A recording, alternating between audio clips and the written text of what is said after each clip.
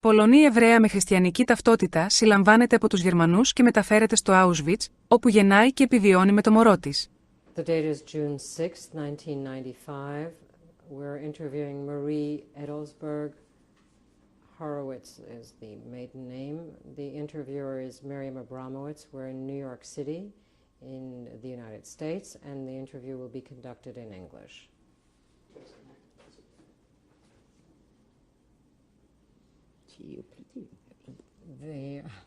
This is June 6th, 1995. We're interviewing the survivor Marie Edelsberg, born Horowitz. The interviewer is Miriam Abramowitz in New York City in the United States, and the interview will be conducted in English.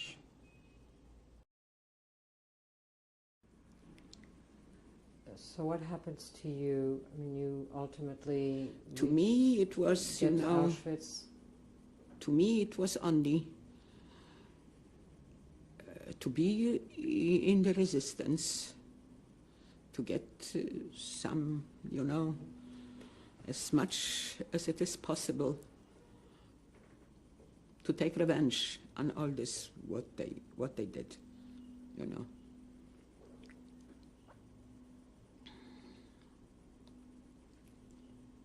And of course, it come a time that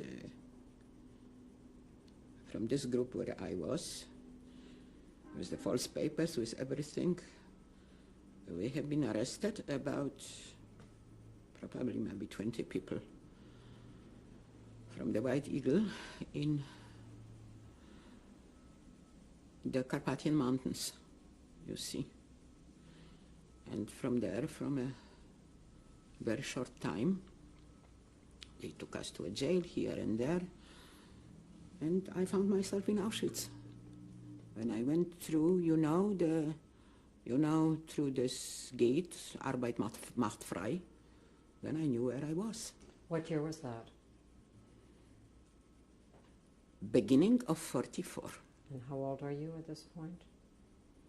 About 23 years old, something like that, 23, going to the 24th, One more question. When you were in the resistance, before you were arrested, were you going under any other name, or you were going under Yes, Horowitz? under the name of Bogdańska.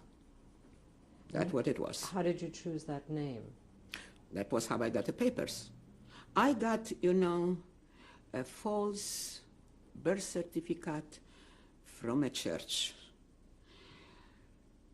from a child that it really existed, because it has to be matching the years, but the child died. And this, they had proof that I am, for generations, pure Aryan, And that was, when they started talking, of course Polish, only Polish, they started talking me in, that I should sign papers being so-called Volksdeutsche, like a part of the German thing. Then I could be free and they will let me out, and even it came an SS man. And Frau Bogdański, I am also a Volksdeutsche from the Bukowina, you see. Wanted to give me, you could go back, you could be free, you could be what. That was some kind of a mistake. We believe you, you haven't been among, something what over there.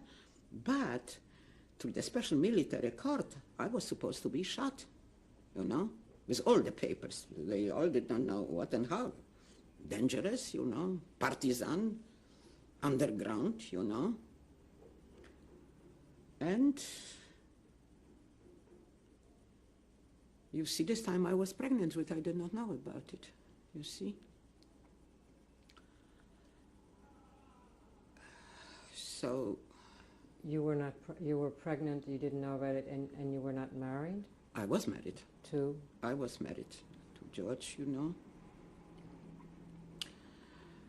to somebody whom I loved very dearly, He was arrested too, of course, on the men's side, And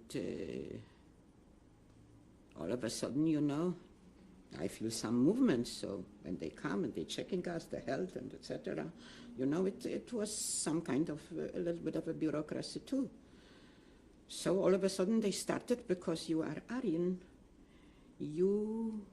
there are two lives. We have to wait until the child will be born. You see, because Germans are very orderly. It has to be alles in Ordnung. And, of course, you will be in this and this block. So you're in Auschwitz already? Yes, okay. All in Auschwitz. And you will be a Schreiber, you see. I used to say, I was some kind lucky. You pretty refined to go out to throw stones or whatever they did, you know, whatever that. That's what I hear all over around, you know. So I was sitting making the list on this so-called KB Krankenbau, you know. And what is that? Is that like a medical block? Something like for sick people, you know. The list was how many died and how many pieces of bread should come in and how many pieces less and how much more and all of this, you know. So this is like a function you had while you were there. Of and course. You're pregnant. And I'm pregnant and I have to wait until the kid will be born, and the kid is jumping, you know, like 4.5 months a baby moves, you know. 20-something? About 24, you know, not even 24. No, and you see, because I'm pregnant and I'm Aryan, I can get a piece of bread more, which was just bread, you know. And we knew, we had a secret radio over there too, in Auschwitz. And I had got some little connections, what's going on all over, you know. And we knew that America is in the war and they are preparing an invasion. You see, something would happen here.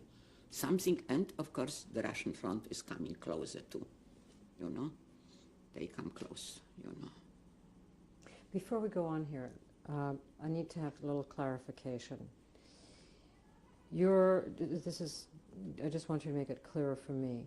You're arrested as an Aryan? Yes. Or not as a Jew? No, oh no, not at all.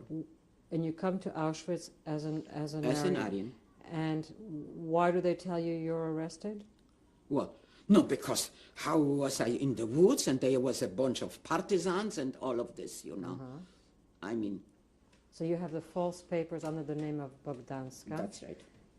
And now you're... You see, no, I'm Aryan. I'm all Aryan, and they didn't even give me, I have no number, because they have to wait what to do, and because the papers are coming and going, dangerous. I mean, Kriegsgericht, military, you know, court, but in Auschwitz. That's enough, you know.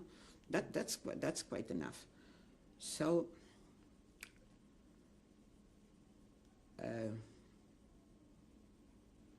the 6th of August, 1944, on a Sunday, I give birth to my daughter. That's the one what you see her here, and the one what you have the baby picture over there when she was a year old. It was on a Sunday. Oh, ein Glückskind, a lucky kid, born on a Sunday.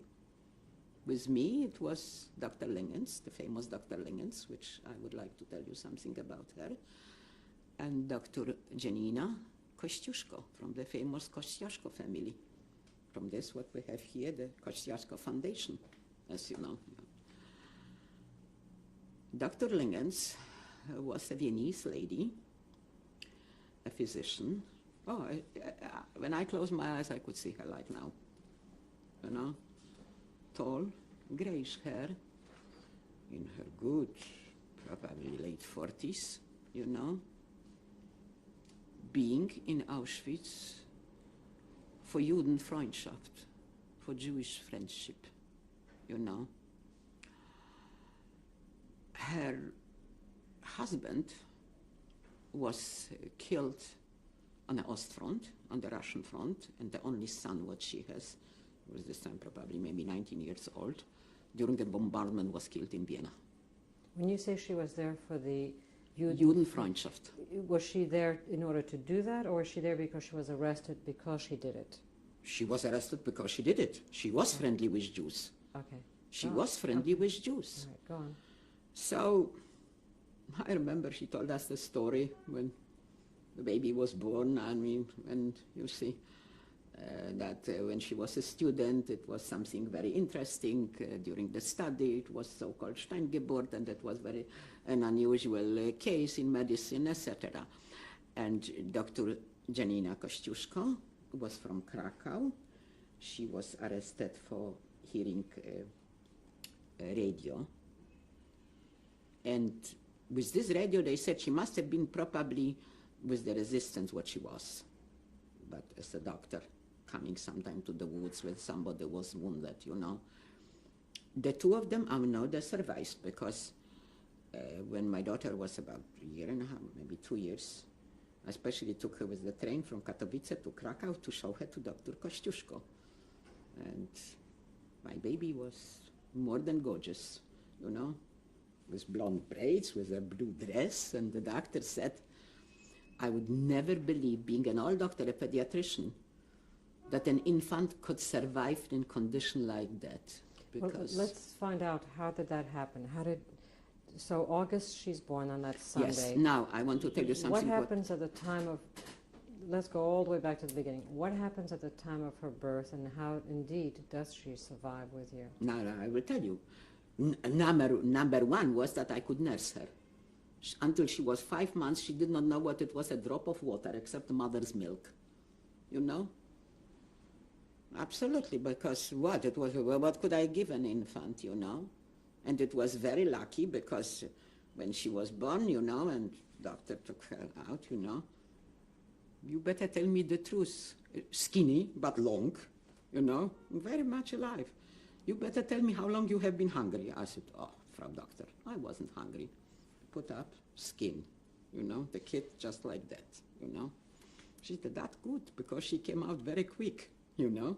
When a kid is thin and long, it just comes out, you know. But by the way, I was a cesarean baby, so when she asked me how my mother gave birth, I said, ooh, but he said, he has no monkey business. You will lift up a leg, the baby will crawl out, you know. And nearly it was like that, you know. A very, very easy birth, you know. No, and of course, when I put her on one side to my breast, here was milk running, you know. So the doctor took it in some cup or whatever to give to somebody sick, because he said, this is the best for it. And in the next day, we had transport with civilian people. What's happened? In Warsaw broke out the uprising, 1944, in August. The Russians had been staying on the other side of the Vistula, and they didn't come to help. They burned out Warsaw till the ground. The people, what they pushed them in the trains, they said that they are going to take them to some internal camps, and they found themselves in Auschwitz, you know. I said civilian clothes, because so they have been wearing those garbs, the camp garbs, you know. What's happened? There is an uprising, the Russians don't come, you know. No. It was a political matter, you know, to burn down the city, you know. I mean, that was 44, okay. August. Let's stop right here. Oh, good. We're going to change. This is tape number 3, Tuesday, June 6th, 1995, interviewing Marie Edelsberg in New York City.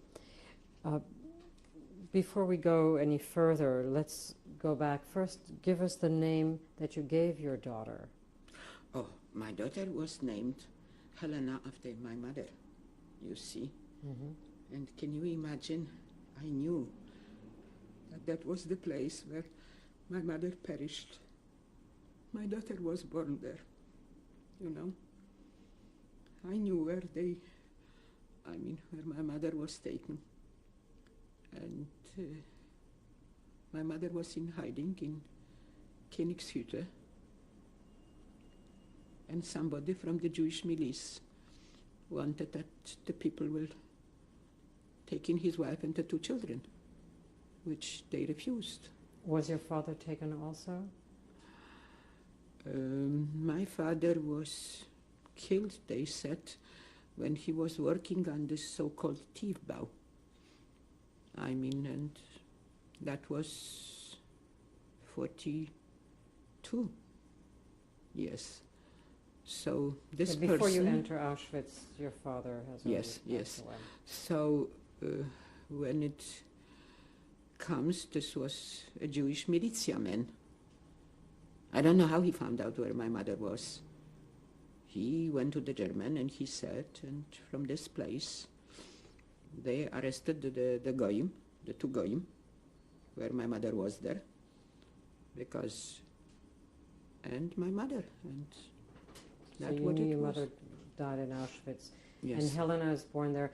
Now, how is it arranged that you can keep your child with you? How does that happen? First of all, now that will come this. First of all, I'm an Aryan, yes, and they have to let know the authorities that the child is born. Now it come to the picture, her Dr. Mengele, of course with his assistant, William Koenig. He was, of course, in uniform. Dr. Koenig was a little bit of a long nose with glasses without frames, you know. I remember them. And Josef Mengele, the angel of death, very handsome man, you know. Very handsome, going and bet this, right, left, right, you know. The baby is there. The baby is nursed by the mother. I got some clothes. They got me some clothes from which I said, oh, how could I? Poor kids, you know. I have been coming transport from children from, not children, Jewish people from Belgium and from somewhere. So the people what they have been working in sorting out the clothes, they gave me some few things for the baby. And because my mother's milk was so good, she gained weight, and she gave the double chin, you know.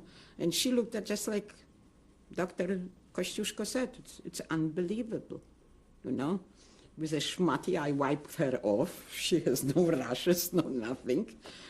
The people, you know, prisoners, what they have been working, serving tables as they stole blanket, tablecloth or whatever it was, we ripped a piece of some clothes, and that was the diaper, you know. Of course, I got some kind of a little bit water outside, and the diaper was drying on my belly practically, you know. But she was okay, she survived, she looked very good, you know. So what happened with Mengele? So Mengele came in, and I remember we went back and forth, you know, talking to people, always busy, you know. Some Blutnahme, and this time they have been coming mostly of those transport of Jews from Hungary. When, as much as you have heard or have not heard, some of them he was making those special experiments and research on twins. And this was also when they have been, one time it was an engaged couple, you know, Hungarian Jews. And they said, we are twins, you know. And he was taking for an assistance the blood and all of that. There was nothing, you know. They haven't been twins, you know. You know, this all was just, you know, faking, like all those the sterilization of women and experiments on vivisections on living people, you know. I mean, it was a horror that it's unbelievable that something like that could exist in the 20th century. And from Jews, some of them, they took blood and they have been sending for transfusions to soldiers on the fronts or to SS, you know. That's what they did, you know. But now it comes to something what he said, no, now the little Helena Bogdański will go for adoption to a German family. Can you imagine? No? I said in my mind, if they will take a child, then I'm going on the electric wires because I don't want to live anymore. There's no reason. I mean, the family perished, and so what is this, you know? He took her to another room, unwrapped her, looked her over. He was, started laughing. The door was so half closed, He was wearing the ring. And the kid, she was this time about 3 months old. Must have been October or something like that. And 3 months old, and they are vivid, they look around. I don't know how much you know about babies. And because it was, this ring, so she started looking, and he was, And they said, we have been talks in the back. Good that he's busy with Maria's kid now, because he forgot how many people he will send to the chimney, That's, look, a devil. But Dr. Kościuszko came over here. Dr. Lingens was on his side. I didn't know what was going on with me, She said, look, doctor, if you are going to take this child, you have to take the mother too, because where will you find right away a nursing mother? Whatever it would be. Do you have a nursing mother right away? He talked to them, as doctors, Oh, he said, this cannot be my decision. This, I should ask Berlin, After all, I'm in charge of everything. And of course, it takes time. Dr. Koenig was staying next, He was this little, how do you call it, what the officers are carrying this? I don't even know the name. Is this what they made, right and left, This, very, very elegant officers, And when he said this, I have to write, then it would be a winning on time. And Dr. Kościuszko was whispering to me, if they will try to take you somewhere with the child, the boys in the woods would know about it. It would be shooting. They will try to get you away, But I hardly could hear her, I was out of my mind. And he gave her back to me, and I was like numb. I remember Dr. Lingens took out my breast, and he said, she's hungry, you have to feed her, babies are fed 3 hours, 4 hours, we didn't have a watch, And, then they started, the answer is not coming, it's yeah coming, no coming, So, anyway, I remember just like now, I was sitting on a bench before the barrack, such of the barracks, what they have over there, the buildings. It's like he said, mostly with Dr. Koenig with him. With Wilhelm Koenig with him. No, look at the black Madonna with the baby, the Polish Madonna. No, of course, I kept her like that. I'm telling you, those people have been, you cannot figure them out, And they started going transports, sending transports, because when they knew that it is tighter and tighter, it was already the landing in Normandy in June 44. That was the year 44. And we knew that the war, they must lose it. If we will survive, we don't know. But the war is, from one side are coming the Russians, and from the other side are coming the Americans, and the British bombardment. And on one Sunday, one bomb fell over, and it was directly on a building from the SS. They have been, I remember we had a So first of all, what did I do? Just like monkeys in the jungle, I covered up myself, like the baby like that. I said, if there's something will happen, that will happen to me, and the baby would be alive. I covered her with my body. No, but what else could you do? So this time they have been killed quite a bit of SS and prisoners also, the one what they have been around, And we knew it is bad. One transport after the other, one after that, one after the other. And it was, must have been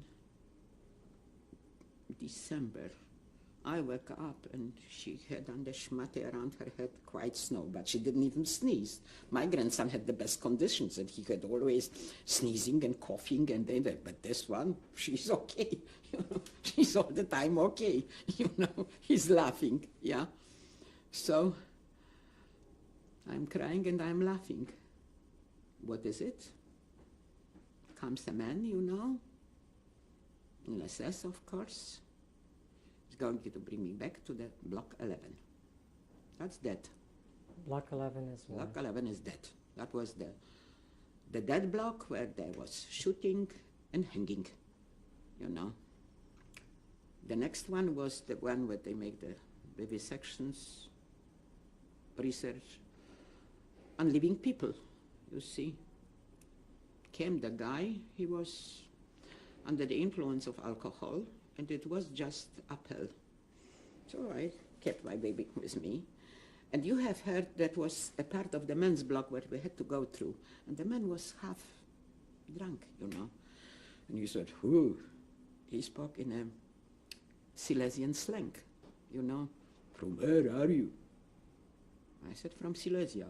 Oh, me too. You can speak the slang, you understand me? I said, yes.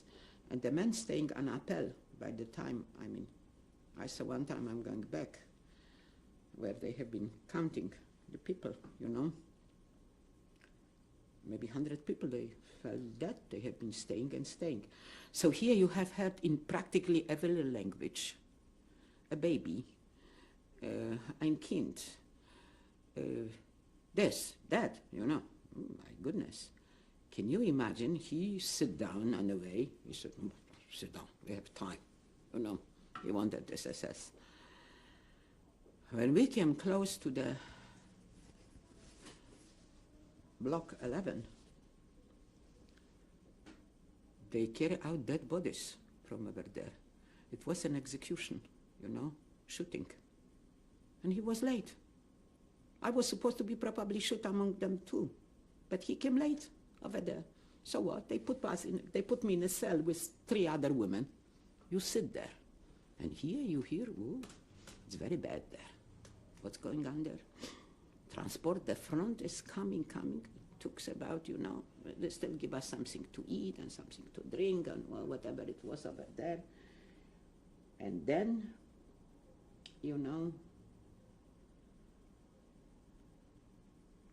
it was, if they will open the gates and let us, or they will dynamite the building, not to wipe it off completely, everything, We did not know what they will do. Doors are still closed. We have had screaming and shouting and going, and they have been very, very much afraid. Those few SS, what they have been left over there. Then we said, no, that's the end of it. They will dynamite the block with the people in it.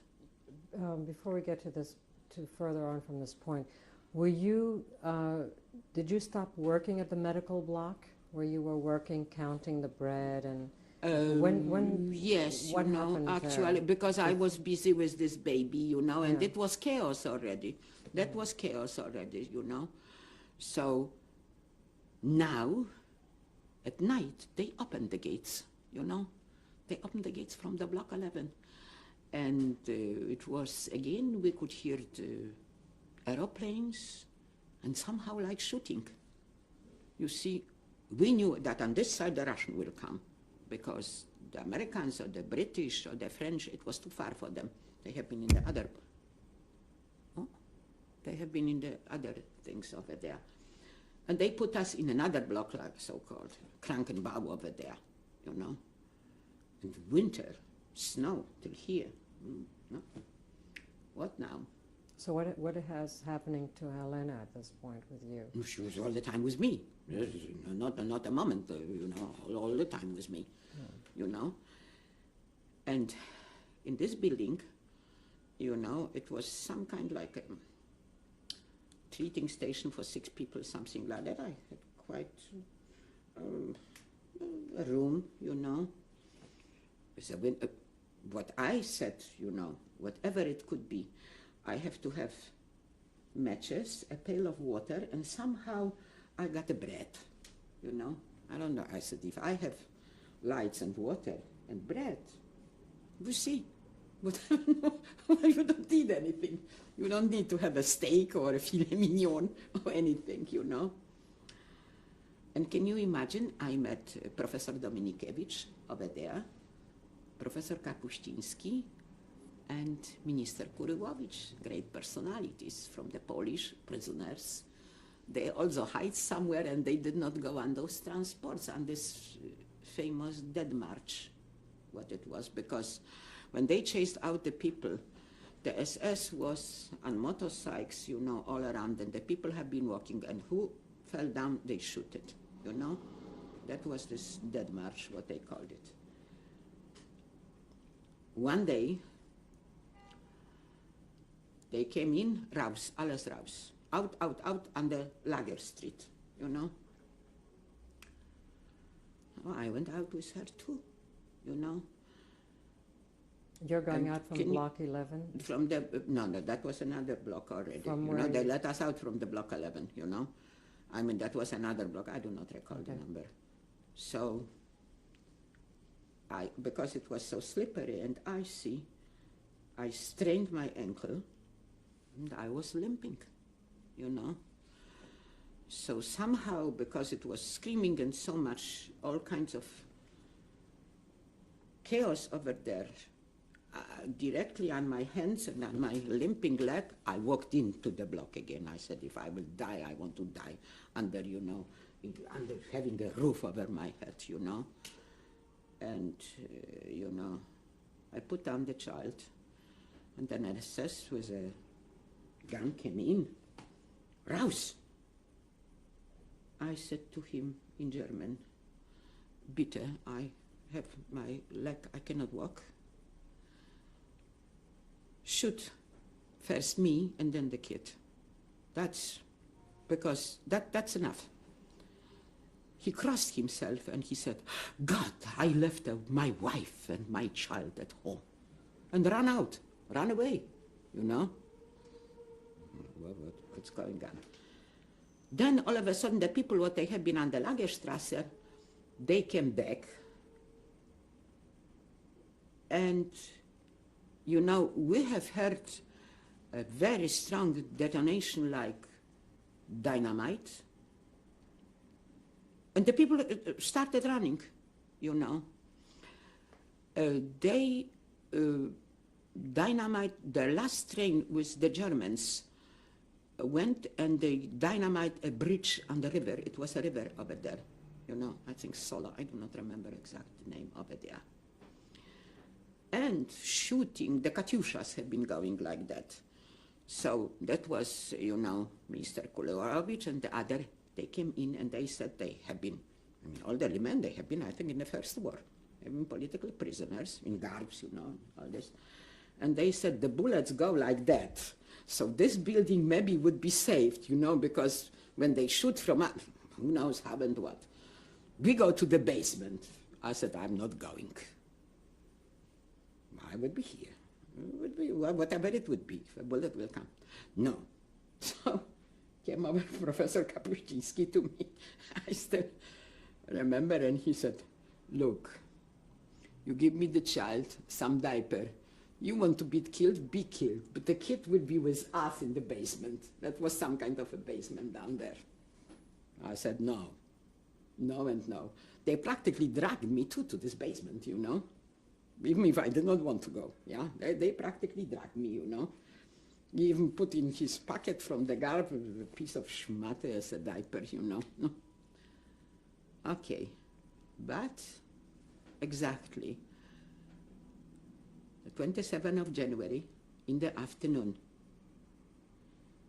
we saw the first Russians, healed in white sheets from the snow, with guns. And the first question I will never forget, in Russian, I don't speak Russian, but I know a little bit of a Slavic language. Куда ушли германцы? Where are the Germans? Where? Chasing them, really chasing them through snow. You sit down, I said, come in, maybe you can warm up a little bit yourself, you know. No, he took some kind of, I don't know, dry bread, put snow in his mouth, running, where the Germans are. What do they do here? I said, you see, what? With a baby? Now it comes something interesting. I had, like this Krankenbau station with some kind like not a couch, but something was over there where I slept with Helena. The table was staying in the middle, The bread I cut with an operating lancer. I had this piece of bread, and, I mean, of course, the pail with water had to be there because I still have to have bread and water and matches with some kind of, from where this was, I don't even know from where I got it. They are coming in 3 Russian soldiers, huge like that. One is taking off, this had what she had. A baby. I said, that's a woman. My goodness. The hair, yeah. So this is my husband, some of those high officers. And this is our adjunct. And before the door is staying one with the gun. Somewhere an Asiatic tip from Asiatic Russia. And they put on a telephone and something like that. What are you doing? Yeah. He said, we will set up this for about a day or 2. We are the one in communication. And her name was Olga. I still remember this Russian soldier woman. She said, I left a little kid at home with my mother. I don't know from where they had been in Russia, but they really have been for a few days with telephone. I said, no. You know what, maybe they could find some few blankets or something like that. No, we're all 3 on the floor, And now what could I tell you? The Germans left full food over there.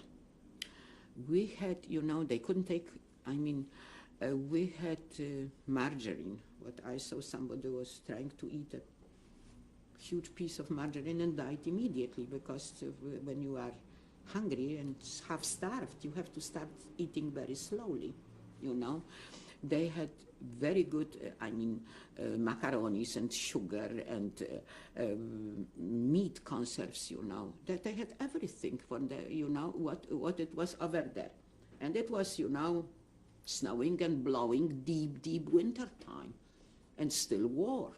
The war was going on till May, Then we have heard, of course, somehow they fixed it up, Then they left, those Russian things what I had then around. And a very nice Polish woman,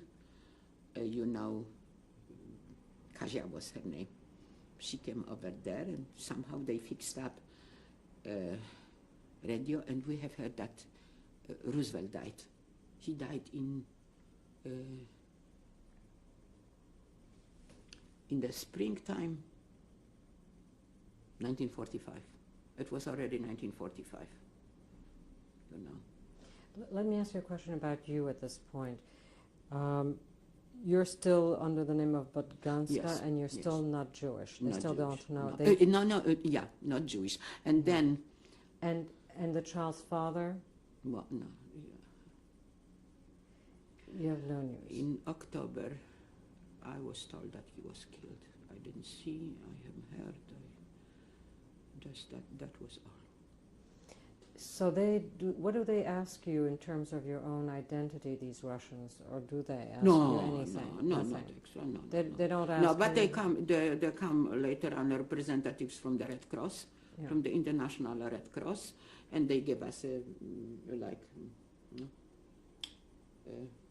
like an identification, something like that, who we are, from the International Red certificate Cross. Something like that, a piece of paper in a pink color or something like that, And then I was with a military train going back home. Where is what home? Went back to Katowice. It was, I was the only one getting a special permission from the Russian commander. With your child. Yeah, of course. Without her, my goodness. It was those trains to climb up so high, and the soldier wanted to help me. So, I mean, I was holding his coat, you know, that to come in over there, and then it came packages from the UNRWA, you know. From the, no. We had those huge, in wax covered up packages from the international Red Crosses and your food. That was the most important thing. Of course, when I came to my hometown, our apartment was empty, completely empty, you know, because they have been nice furniture and everything, and the German, what they have been living there, they took it out. So I went to the mayor of the city, and I got keys from another apartment. He said, of course, you just, you know. And I met a gentlewoman. She was friendly with my mother, a very fine person. She had a Jewish daughter-in-law, you know. And she came to my house. She said, where are you? Oh, they threw me out from the apartment. They did this. She spoke only German. She was from Czechoslovakia, but very, very nice person, an elderly lady. She practically raised my daughter because I had to work later on, you know. And of course, as a war prisoner, I got all those, you know, packages, what they came from the International Red Cross, with whatever it was necessary, first of all, with food, you know. And then what I wanted to say, I know something was very important, which I forgot. Yeah. And of course, the first place where I went, it was to the Jewish community to register myself, because maybe somebody somehow would come. That was really where we all went over there, yeah. And all of a sudden, I got from the Red Cross, you know, like a telegram. My brother in France, Salomon, he's alive, you know. He came from the Pyrenees, right away back to Sanatorium de Bligny, you know, where he was working before. No, of course, they took him over there with open arms, you know.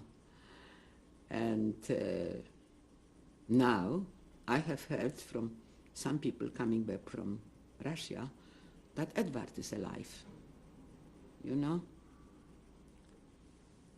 Then I just let know also through some all kinds of channels, you know. To this one above, you know, the one on the top. This is about the dearest to me, I would say.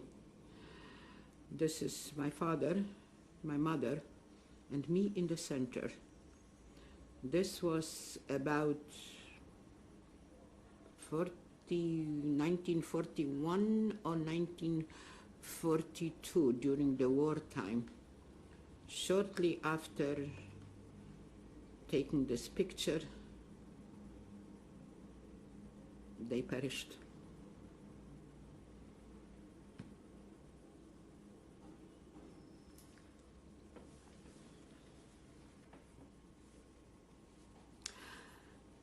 This is a picture which I love it the most. Let's start from the left side on the top, the baby with the doll.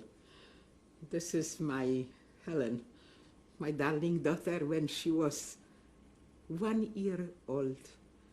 This is taken 1945, and it is a very funny story with it. Her children are constantly asking, where is this doll? Where they have been small. Where is the doll, what we have? Now on the right side, on the top, this is my Helen also, when we left Poland. This is about, she was about 5 years old, 5, 6 years old, you know. Now we go. Wait 1 second.